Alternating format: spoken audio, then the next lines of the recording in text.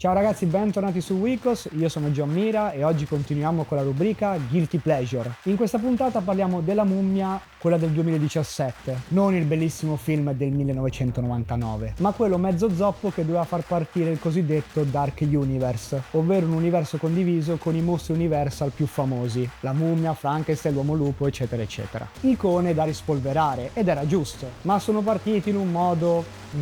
Questo film secondo me non è brutto, perché il primo tempo è abbastanza buono e ha un bel ritmo e soprattutto la storia mette delle buone basi, ma nel secondo tempo tutto questo sfuma. E infatti sulla trama vi dico due righe. Viene risvegliata una principessa dell'antico Egitto, portando morte e distruzione, ma c'è Tom Cruise che può salvarci. Per fortuna che c'è Tom, un militare che ogni tanto tira su qualche soldo extra vendendo antichi reperti. Queste sono le buone basi del primo tempo e tutto funziona, poi nel secondo tempo il film si accartoccia su se stesso e infatti molti spettatori, da quanto ho visto, erano insoddisfatti, non perché hai visto un film brutto, ma un film che è giusto a metà, ed è un peccato perché alcune cose potevano funzionare davvero meglio. Tutto questo lo potete vedere poi nel terzo atto, che improvvisamente la regia e il montaggio, tutto quanto vanno sulla fretta e lo spettatore medio dice: ma mi sono perso qualcosa? Con il cosiddetto scontro finale che dura niente e soprattutto in un'avventura horror alcune sequenze movimentate risultano noiose alla fine. Quelli sono momenti che dovrebbero tenere incollato lo spettatore, invece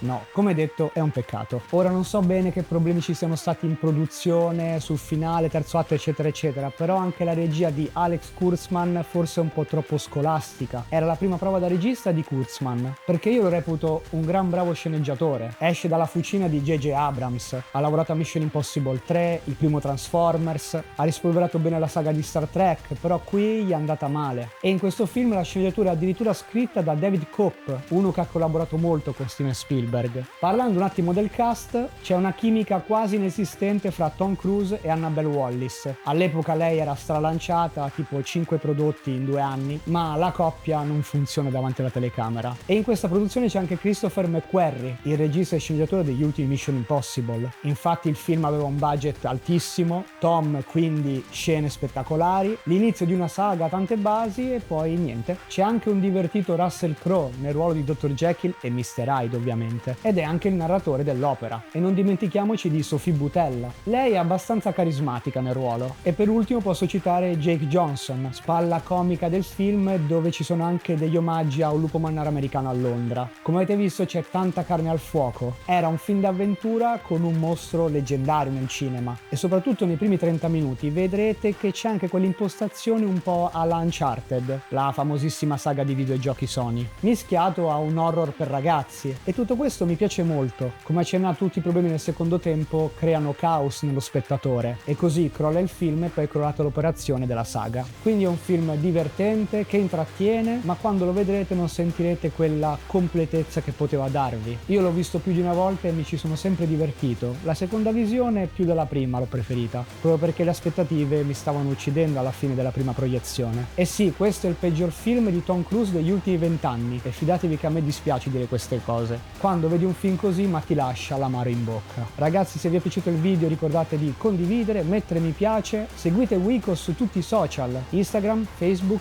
X, Twitch, YouTube. Io sono John Mira e ci vediamo al prossimo episodio di Guilty Pleasure. Ciao!